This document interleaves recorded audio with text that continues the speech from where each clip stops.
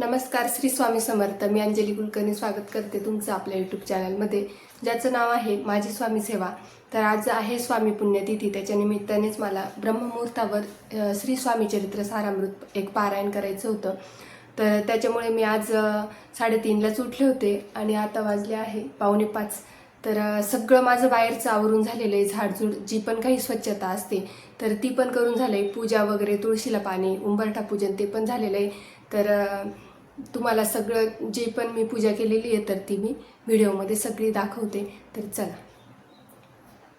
सकाळी उठल्या उठल्या मी सगळे घरं वगैरे झाडून घेतले आणि बाहेरचं पण झाडलं, अंगण झाडलं आणि मग पाणी टाकून स्वच्छ उंबरठा पण धुवून घेतला आणि हे ओटा धुवून घेतला आणि बाहेर अंगणामध्ये सडा पण टाकायचा होता मला. पण आधी म्हटलं हे धूळ वगैरे आलेलं आहे तर पूजेच्या आधी स्वच्छ पाण्याने धुवून टाकावं. त्याच्यामुळे मग बादलीभर पाण्याने मी धुवून टाकलं. त्याच्यानंतर बघा इकडे म्हणजे 3:30 पावणे 4च वाजले होते. लाईट असल्यामुळे काही भीती नाही आहे. इथून तिथून आमच्याकडे लाईट आहे, त्याच्यामुळे मग बाहेर निघायला काही वाटत नाही.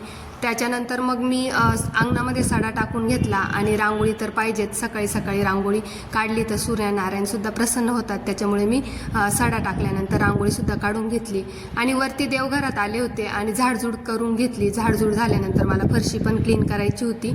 आदल्या दिवशी तर क्लीन केली होती, पण मग पारायण करायचं आहे त्याच्यामुळे मग मी परत एकदा स्वच्छ करून घेतली आणि फरशी पुसायच्या पाण्यामध्ये ना आपण मीठ आणि चिमूटभर हळद टाकली तर ते चांगलं असतं. म्हणजे आपल्या घरातली जी पण काही निगेटिव्हिटी असते तर ती निघून जाते. त्याच्यामुळे कधी पण फरशी पुसण्याच्या पाण्यामध्ये आपण खडे मीठ टाकलंच पाहिजे.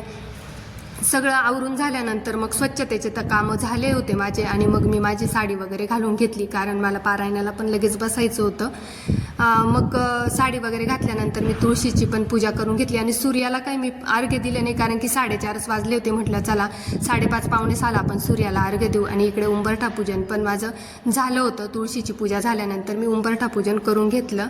उंबरठा पूजन झाल्यानंतर उंबरठा पूजनला लेपन तयार केलं आणि ते लेपन गोमूत्र, हळद आणि थोडं गंगाजल टाकलं आणि मगच ते लेपन तयार केलं आणि ते उंबरठ्यावर लावलं. दोन्ही बाजूंनी स्वस्तिक काढून घेतले आणि मग वरती देवघरात आले. आणि ब्रह्ममुहूर्तावर जर आपण पारायण करतोय तर आपल्याला देवपूजा ही करावीच लागते. रात्रभर देव आपले पारसे असतात, त्याच्यामुळे देवपूजा आधी करून घ्यायची आणि मगच तुम्हाला कोणती सेवा करायची असेल ती करू शकता, पारायण करायचं असेल ते करू शकता. मग मी इकडे सगळे देव काढून घेतले आणि देवारा पण सगळा स्वच्छ क्लीन करून घेतला. तसं तर गुरुवारी आपण करतोच.